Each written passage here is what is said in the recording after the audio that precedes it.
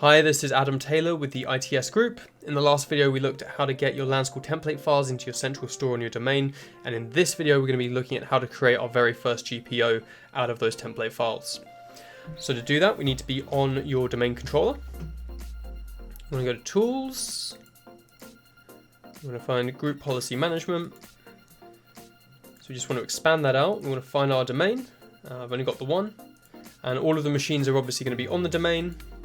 So they're in my domain controller subfolder.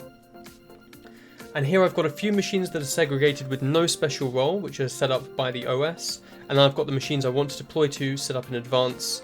And these are these four here. So I've segregated them by role. IT lab students will be all of the student PCs. Teacher, obviously all of the teacher PCs. Technicians will be the 3 PCs we have in our IT office. And safeguarding is for the head and deputy head, our designated safeguarding lead and deputy designated safeguarding lead. So we've separated out our machines by role. You may have it by location, whatever makes sense to you. What we're now going to look to do is create a new group policy object. I'm going to right click and create a new policy object, and we'll call it the LanSchool Tech Console. There we go. Once that's set up, you want to right click and edit. And with the LanSchool Tech Console, the one thing to bear in mind is there is no template file for it because it doesn't really have any settings. It's the highest level part of the LanSchool fleet, it's the admin console. So there's nothing really to configure for it. It's going to broadcast your entire network. The only thing we need to bear in mind is if you are using a server, it needs to know the IP address of that server. So we'll go to Policies, Software Settings, Software Installation, and that's on the computer configuration. So if you go Computer Configuration, Policies, Software Settings, Software Installation, right click, New, we're going to create a new software package. And the path for that will be in your network share, in the LanSchool folder. And you're looking for the Tech Console subfolder, and then in there you'll have one 8 meg installer, which is the LanSchool Tech Console. So I'm going to press Open, and that will load it. Default settings are fine. And there we go, so that's loaded in from the network share, ready to go. We're also going to set a couple of registry keys. So we want to go to Preferences, Windows Settings, Registry. And then in the registry, we're going to right click again, go to New, and we're going to create a new registry item. So once we've created that, we need to connect to a file path. And the file path we're going to use is HKLM software. Now if you're using 32-bit machines in 2019, it's pretty unlikely, then this will be where the key ends. If you're using 64-bit client machines, as most people do, then you want to just select this folder here, WoW 6432 node, and that's where our 64-bit keys end up. So I'll assume 64-bit. If you select that folder and press select, and then at the end of it we want to add LanSchool Tech Console. That's going to be our install path. So that should be WoW 6432 node /LanSchool space tech space console. LanSchool Tech Console. First key we're going to make is going to be called AutoApproveRemoteControl. That's all one word. AutoApproveRemoteControl. It's going to be a dword value. Going to have a value data of 1, which means on. And that is just going to mean that the LanSchool Tech Console won't need permission to be able to remotely control somebody's device. You'll be able to do it automatically, which is great if there's no one actually at the machine you're requesting. So we'll do that. Expand that out. We're now going to make a copy of that and use that as a basis for our new one. So double click, same file path. This time we're going to call it ColorReduction, all one word, no U in the color, the American spelling. Still a D word, we're going to make that 0. That's going to mean that the images aren't coming through LanSchool with any level of compression.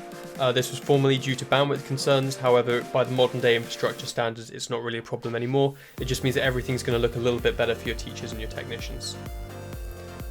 Like that. Again, we're going to make a copy, and make key number 3, double click. And this one we're going to call thumbnail delay. Again, that's a D-word value. We'll change that to a value of 100. So the thumbnail delay is LanSchool's refresh rate. This is a very contentious topic. With the way that LanSchool works by default, it's set to refresh once per second. So if you're looking at all of those thumbnails and wondering why they're a bit juddery, they don't seem to be real time, it's because the software is intentionally throttled out of the box so that it doesn't overload your network. However, once you've got the software in place, you can then adjust the refresh rate and say we want it to refresh at 100. So that's 100 milliseconds, that's 10 times per second. That's 10 times faster than the default. Obviously, this allows you to then use that value to scale up or scale down. If you want to use less bandwidth, you can decrease the refresh rate. If you want a smoother user experience and more accurate thumbnails and kind of what's happening in real time, you can bring that number down and that's going to refresh more times per second. So that's thumbnail delay, press OK.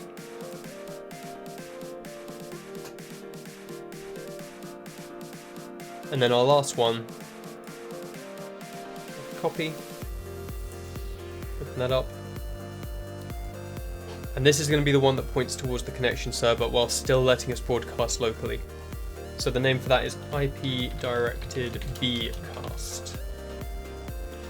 And that is a multiple string, multi-SC. And the first one, you just want to put IP address of your server. And the second line, you put 255 in every field, create a new line, leave it blank.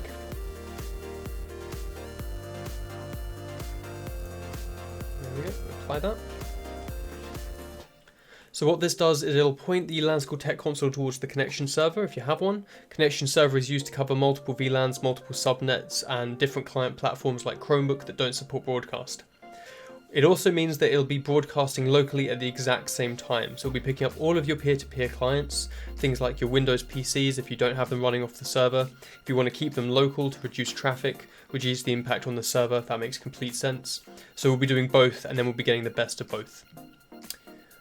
That's done. And that's it. So that is our policy completed. We've got the MSI put in place there. We've got the registry keys there. So that's done. We can close it. And that's our Tech Console GPO finished. So we'll drag and drop that now onto the Technicians OU and accept. That's now linked. And that's enabled. So that's now going to be pushed down at the next time we reboot. So that's it for this video. Thank you very much for watching. This time things got a little bit more complex as we delved into the registry keys. I will put links to all of these in the description if you just want to copy and paste them straight out rather than copy them off the screen. As always, if you do have any comments, please leave them below. Otherwise, we'll see you on the next video setting up the next GPO. Thanks.